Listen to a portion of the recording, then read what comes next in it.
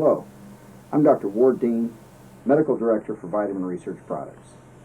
The first International Anti-Aging Conference, which was sponsored jointly by Vitamin Research and International Anti-Aging Systems, was held on June 17th and 18th, 2000 in Monte Carlo, Monaco. The conference attracted scientists, clinicians, and anti-aging enthusiasts from around the world. These tapes offer an opportunity to listen to the wealth of information that was presented. For those who were unable to attend the conference, it offers a hint of the experience that they missed. Please join me as I listen to one of the speakers at this breakthrough conference. I cordially invite you to join us at the next conference in Monaco next year, which promises to offer a similar roster of international specialists in anti-aging medicine. Our next speaker has spent most of his working life dedicated to the pursuit of gerontology and geriatrics. His vast range of experience has seen him lecture and chair numerous professional conferences around the world, and indeed the publication of many titles in the many languages in which he is fluent. Perhaps most interestingly for us was his close cooperation and confidant of the late Anna Aslan. Many people consider Anna Aslan to have dedicated her life to the cause of what perhaps may be considered as the world's first anti-aging drug. As a result, Anna Aslan became one of the most famous figures to emerge from Romania. He's here to share his knowledge of those events with us. Please welcome Dr. Mircea Dumitru.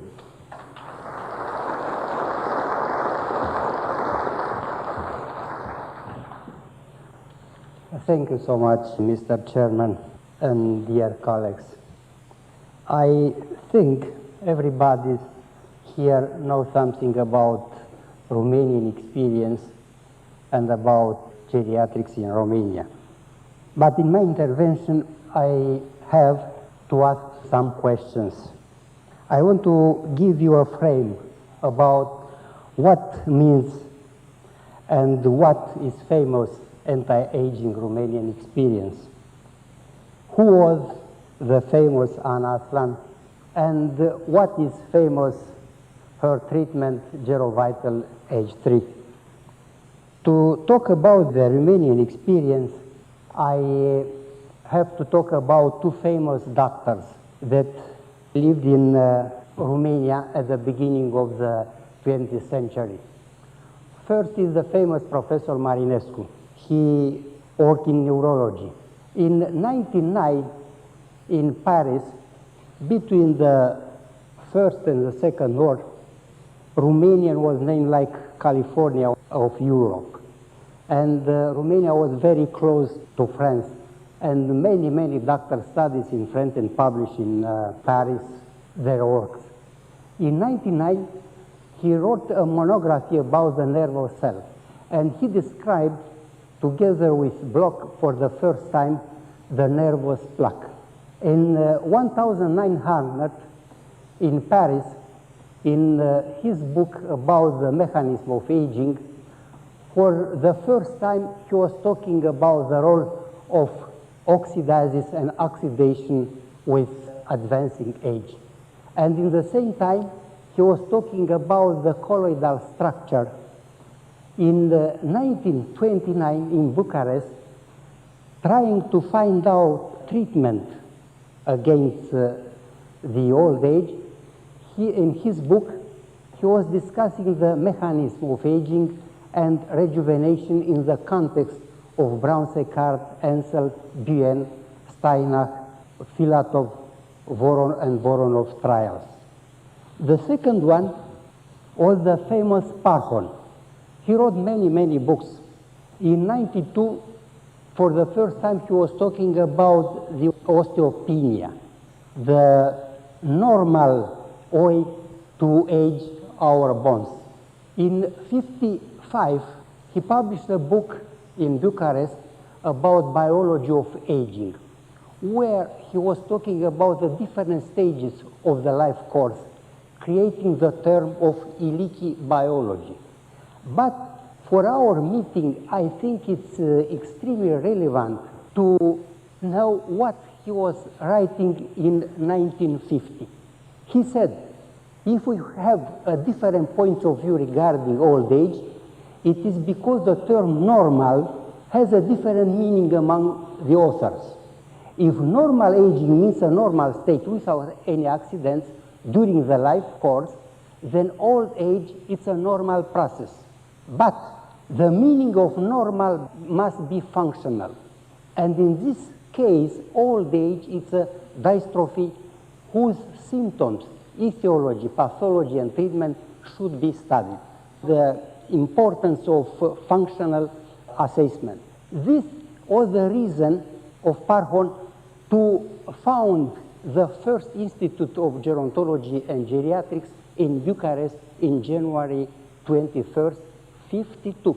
We know that the second institute was founded in Kiev only in 65, and in Bethesda only in 70s. I think for you it's important to know it is the building of the first institute. On the second stage here was the office of Aslan, like a general director since 89. I think it's important as to know the thinking of Parhon about an institute in 52. Here was the general director was Aslan for about 40 years, and here was my position between 78 and 89. Before me in this position was Dr. David, the chief of clinical department of the institute many, many years. The topics of the institute, he said that it is necessary to study age-related pathology because we are talking about internal medicine, but right now we are talking about geriatrics. And we have many, many things, special things in geriatrics. Clinical and experimental study on geriatric therapy. They begin to study many kind of treatments, the effect of vitamin E, the effect of gonads, gerovital H3, biomedical and psychosocial study on aging, and medical social study on the aging populations. He said that it is necessary to have two big departments, research departments with biology of aging, with psychosocial gerontology, a special department of pharmacological research, prognosis and documentation, and a clinical department, pre-geriatrics and geriatrics department, with an acute care and a chronic and rehabilitation care. A special department was gerontoprophylaxis. I will talk about this concept. That means it was in 52 when the concept was really about all gerontology and geriatrics. He introduced the term of leaky biology. Leaky biology means the study of the morphological and psychochemical variation according to age. That means in the conception of Parhon, the aging process is necessary to study from 0 to 110, 120 years. From 0 to 7 years, we are talking about genogery. Years from 1 to 7 years, we are talking about pedogery. From 7 to 18, ephibogery. From 18 to 45, we are talking about orimogery or mediatrics. It's our internal medicine. He introduced to the term of pre-geriatrics. This stage of the aging process is very, very important for us because here we have the first sign of the aging process, like for example menopause. After 65, we are talking about geriatrics with 3 stages: elderly men, old men, and longevity. Longevity we have over 90 years. I am teaching clinical gerontology at UCLA, Drew University, and all the time I am focused on the language of gerontology and geriatrics. Because indeed, all the time, all course of life means gerontology. A geriatrician has to know thinks about pre-geriatrics, and thinks about gerontology. And what we are talking here all 2 days, it's all the time problems of gerontology and geriatrics. Here, Dr. David, in the first day, was greeting Professor Aslan, the Geriatrics Institute in Romania, with the name of Professor Aslan, in the front of the staff of the institute and her first patients. Here on his book in 55, Parhon dedicated a copy of the book to Aslan, wishing her to spread the youth all over our country and the entire earth. Something happened after this prophetic thing. Talking about Ana Aslan, for me, it's a little bit difficult, because indeed I worked with Aslan more than 25 years.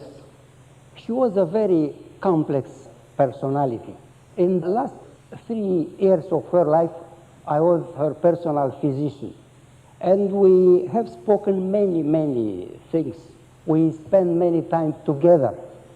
She was talking me about her views about life, gerontology, geriatrics. Right now, I just finished monography in English about the life of Aslan.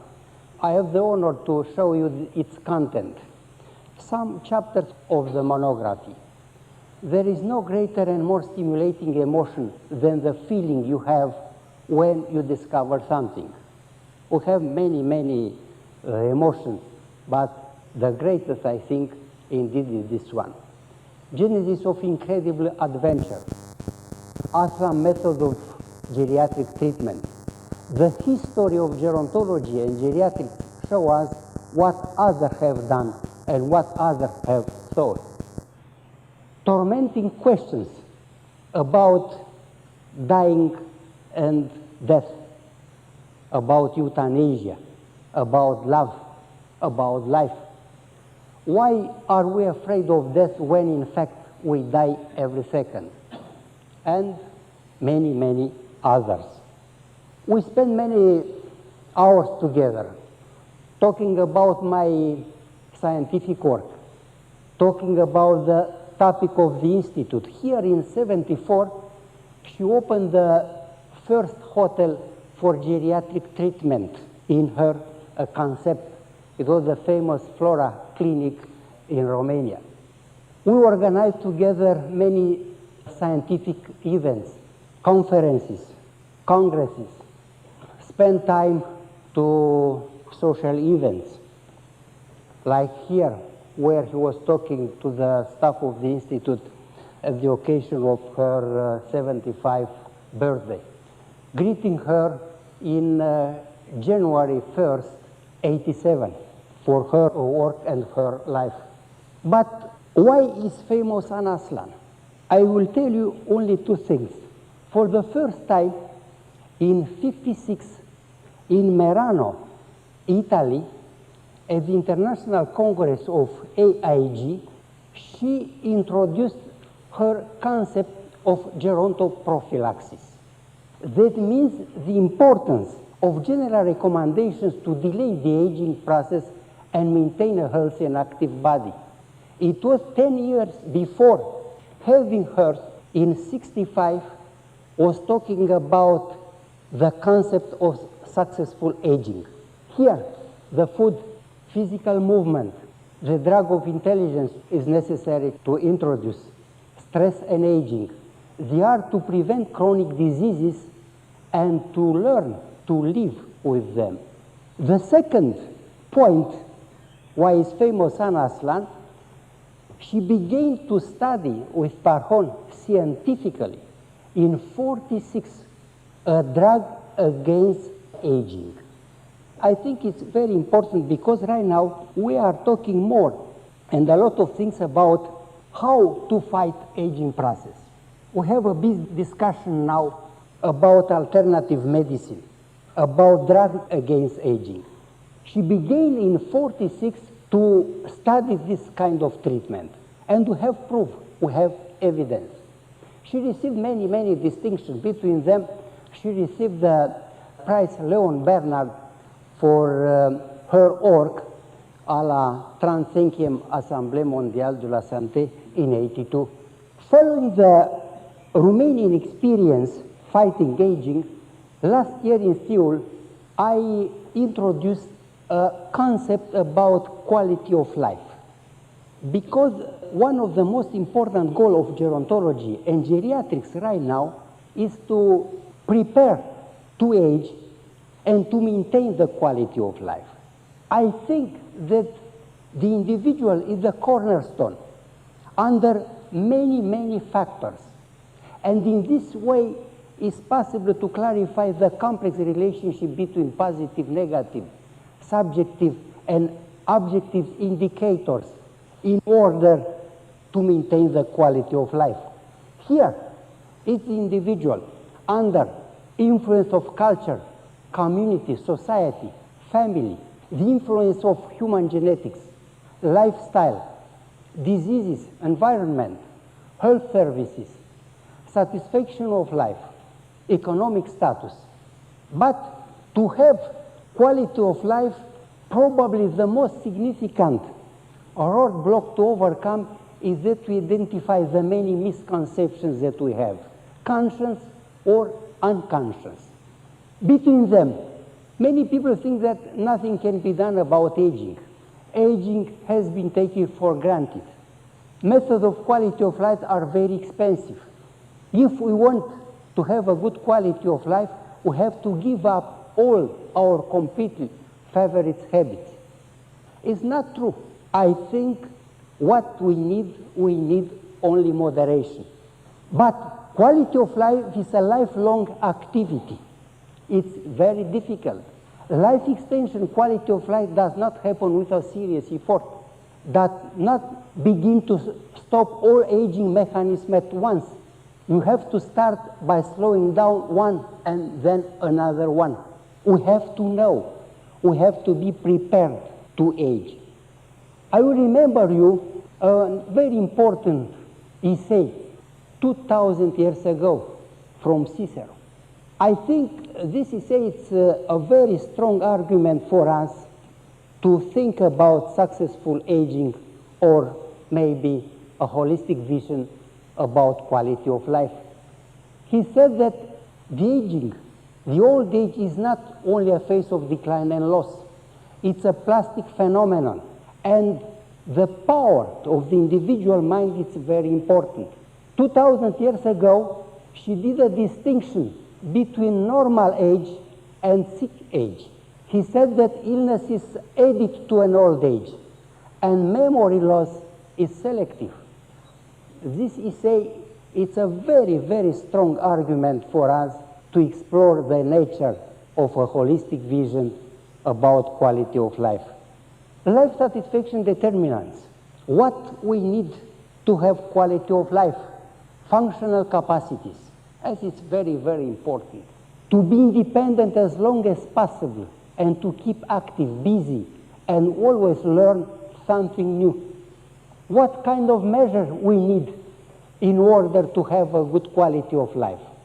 Sensitive to culture variation, lifestyle, medical prevention, education in university, and a complete agenda for the next century regarding biological, clinical, social, behavioral research that is required to improve and to maintain the quality of life. I had a very, very strong discussion with Professor Halber from Minnesota. Professor Halber is the father of chronobiology. He doesn't agree with the term of gerontology and geriatrics. He said that chronom, it's all about our specialty, because indeed we have to judge in terms of chronom. Right now we know many things about chronobiology, but we don't know about what happened over 65 years. A simple example, blood pressure. Everybody is treating high blood pressure, taking the blood pressure in the morning. We don't know what happened afternoon with the blood pressure of an old man or during the night. And I think for every function is necessary in geriatrics field to know what happened. We know something about hormone and something else, but mainly the functional status, the assessment of function is necessary to do. Because like Parhon, he said we have to think to appreciate the function. A function, the parameters, the biomarkers of a function, for example, cardiac index, at 35, we have some parameters. But the same function at 75, we have other parameters. To found the Institute of Gerontology, Parhon was thinking about what kind of criteria we have to appreciate the aging process. I think to present the Romanian criteria about aging process, about every stage of the age, it's important. I am talking about criteria of the aging process. To the third question, here is Aslan in 46, 47 with one of her first patients when she began to study gerovital and everything. I think regarding the history of Romanian gerontology and geriatrics, gerovital age 3 represent a condensed account of a long time fight against the aging process. For the first time more than 50 years ago, Aslan and Parhon began to study scientifically a drug to prevent chronic diseases and to become more satisfactory all sufferings in old age. The history of gerovital symbolizes a philosophy, an investigation of the truth, an idea, the idea of living in dignity, a historical desire of humankind to live longer and better.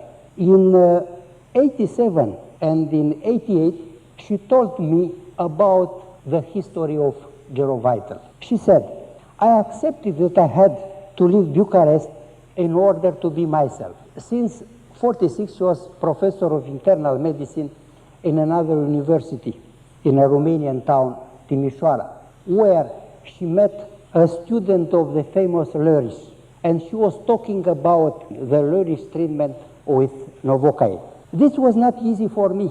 Brilliant lights are attractive to creative spirits, but they can also deprive you of sight.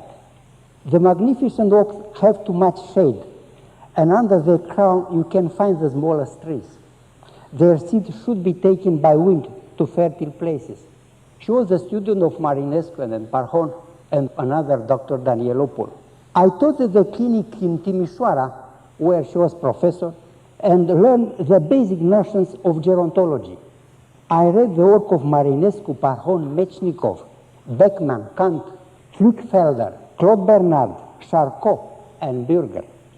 I returned to Bucharest just to talk to Parhon. Parhon treated elderly people with extract of testicle and vitamin E. Parhon had an universal mind and was a wonderful man. Our privileged relationship was in the field of gerontology, and this was where his art was. He believed in rejuvenating people and ardently maintained that life can't be only a one-way direction. He knew everything: endocrinology, psychiatry, biology, anthropology. Above all, Parhon was a man of great generosity and dedication. In 46, Aslan published her first research, Novocaine's action on the respiratory rate when injected in humans. She continued, after the first results with procaine injection, I tried this treatment on patients with arthritis. Because these diseases are chronic, I administered each patient with more injections. In great joy, I noticed an improvement in their overall general conditions. Before the treatment, the patient avoided any movement due to pain. And now they were willing to walk, sit up, to read, and talk. The biggest reward was to notice an increase in their interest in life. These improvements were accompanied by more restful sleep for the patients. This leads me to hypothesis of procaine general effect on the neuropsychical system. Maybe it had effects here as well as locally. I noticed this observation for 2 years until I could test my hypothesis. There was a nice park close to the clinic in Timișoara. And one April afternoon, 46, while I was there, I noticed an old man. He was leaning on his crutches, and when sitting down, he laid his head in his hands. I later saw him in one of Van Gogh paintings. He embodied despair. My attention then turned to an old couple who were walking with small steps, patiently leaning on each other. They did not talk, but their wrinkled faces told enough about their many years. Their gait was a symbol of their fraternity and support they have given and will continue to give to each other for the rest of their lives. Then I told to myself, why can't I help these people? Why do they have to suffer such pain? They could smile again and regain their own sure steps. I did not go to Bucharest at the end of the week as I had been doing on the weekends. Instead, I returned to this park. All I could focus on was old people. I was overwhelmed with age. I began to feel an unusual sympathy to them. Something had touched me deep down, and I began my quest. At 9, I thought about Novocaine shots Le Riche and De Gaulle had administered. If such rapid healing occurred, couldn't it benefit these people as well? I became obsessed. I practically ran to Bucharest with my results to share them with Parhon immediately. His words to me were, Procaine has an effect on aging. You could carefully carry out this research. Come back to Bucharest and lead my experimental department here. I will make all the arrangement. It was August 49, and in a couple of months, Aslan was back in Bucharest. In the fall of 1950, Aslan presented her first observations to the Romanian Academy of Medicine about the treatment with Novocaine. On May 1st, 51, Aslan introduced the treatment with Gerovital H3. Here, you have the famous molecule of Procaine with an aromatic ring connected through an intermediate chain with the amine group.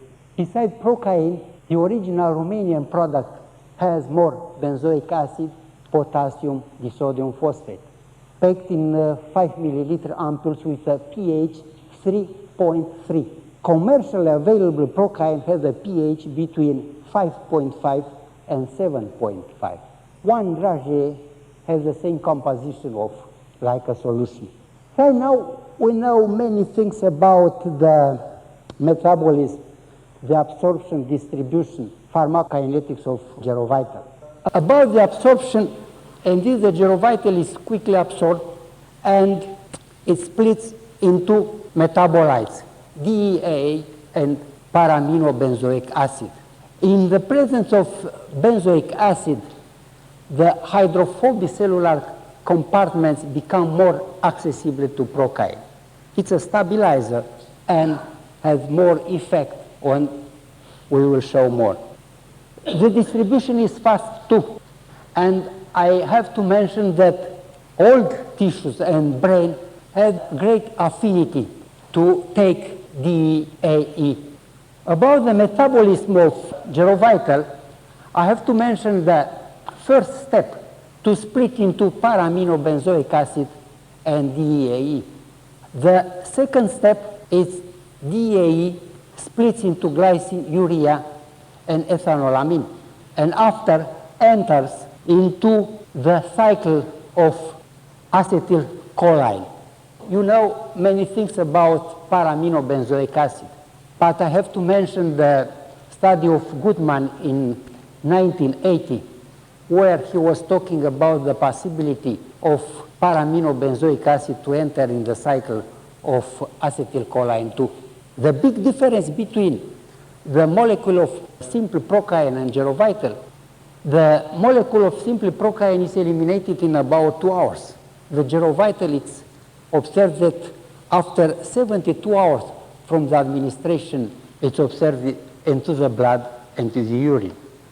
The mechanism of action, it's complex of the product of Gerovital. I will mention eutrophic properties of Procaine. Procaine and DEAE are self-membrane modulators. The Gerovital H3 is a reversible antidepressive monitoring the action of monoamine oxidase rather than destroy the monoamine oxidase as do traditional antidepressive drugs. This is the reason why practically we don't have side effects using Gerovital H3. 1 in 10,000 cases only. We have to test the sensibility. More mechanism with its metabolite of para-aminobenzoic. He aids in the production of vitamin, folic acid, thiamine, diethylaminoethanol. It's effective and it's a precursor of the production of acetylcholine and it's a modulator of the membrane. In 97, a very interesting work was presented in Adelaide about the effect of the Gerovital H3 like an antioxidant and lipid lowering effects, exert an inhibition of the generation of superoxide radical in a non-enzymatic system. Here in yellow we have the famous Gerovital H3, the procaine with 2 buffers and stabilizers, potassium and benzoic acid, splitting into para-aminobenzoic acid and in DEAE, helping to have more serotonin, dopamine, and acetylcholine. We have many evidences about the effect of Gerovital H3.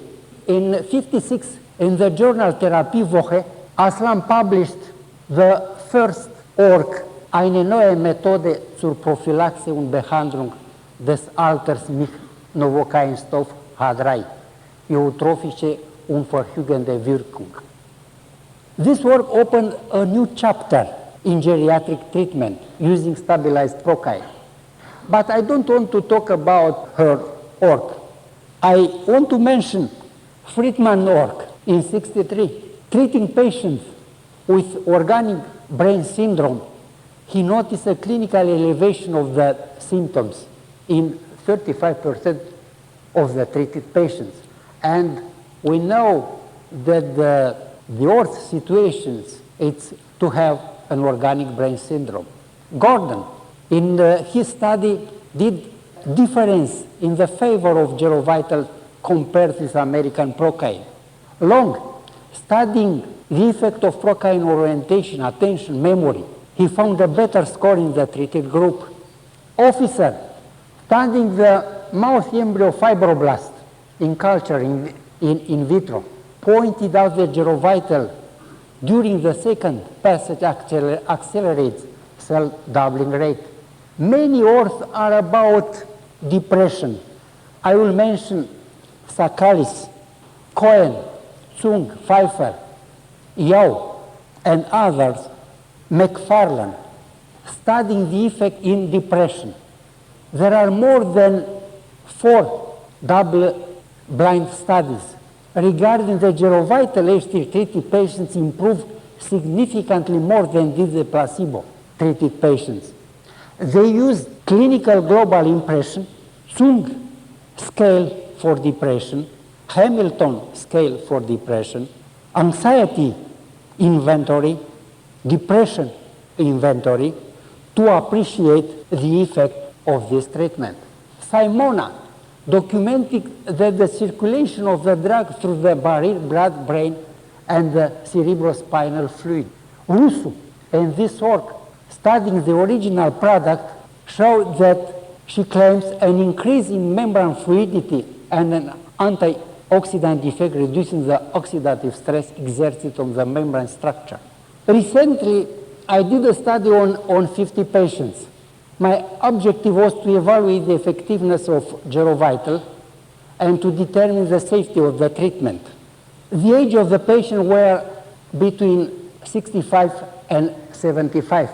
During the first week, I eliminated 20 of the patients that I named their reactive placebo. On Hamilton scale, after the treatment, results revealed less depression in the early patients studied. Here in this diagram, it's clearly under the product and the placebo patients treated. We have many proofs, experimental, before and after the treatment. Clinical proof, depression, before and after the treatment. Before and after the treatment, Gerovital administered intravenous.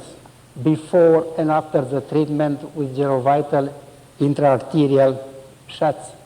Many patients receive this kind of treatment. Between them, possible to mention a lot of. I will mention, for example, Charles de Gaulle, Adenauer, Franco, Tito, Indira Gandhi, Golda Meir, Pablo Neruda, Salvador Dali, Marlene Dietrich, Lillian Gish, Jacqueline Kennedy, Onassis, and many others, many others. Here, you have the picture of the famous English writer, Somerset Maugham. He received the treatment in the 60s. And after the treatment, he wrote into the book of the Institute, I am feeling much better. I began again to read and to write. To the book of the Institute, all languages are present, from senators, from professors, from normal people, from all the countries. Outcomes of the Gerovital of this treatment. After the treatment, people have the desire to be more active and they have more ability to cope with the environment.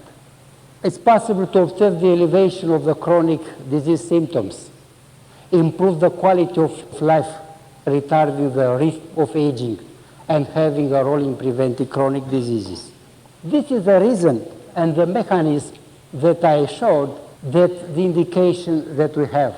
It's indicated for people older than 40 years to prevent chronic diseases and to partially reverse the aging process.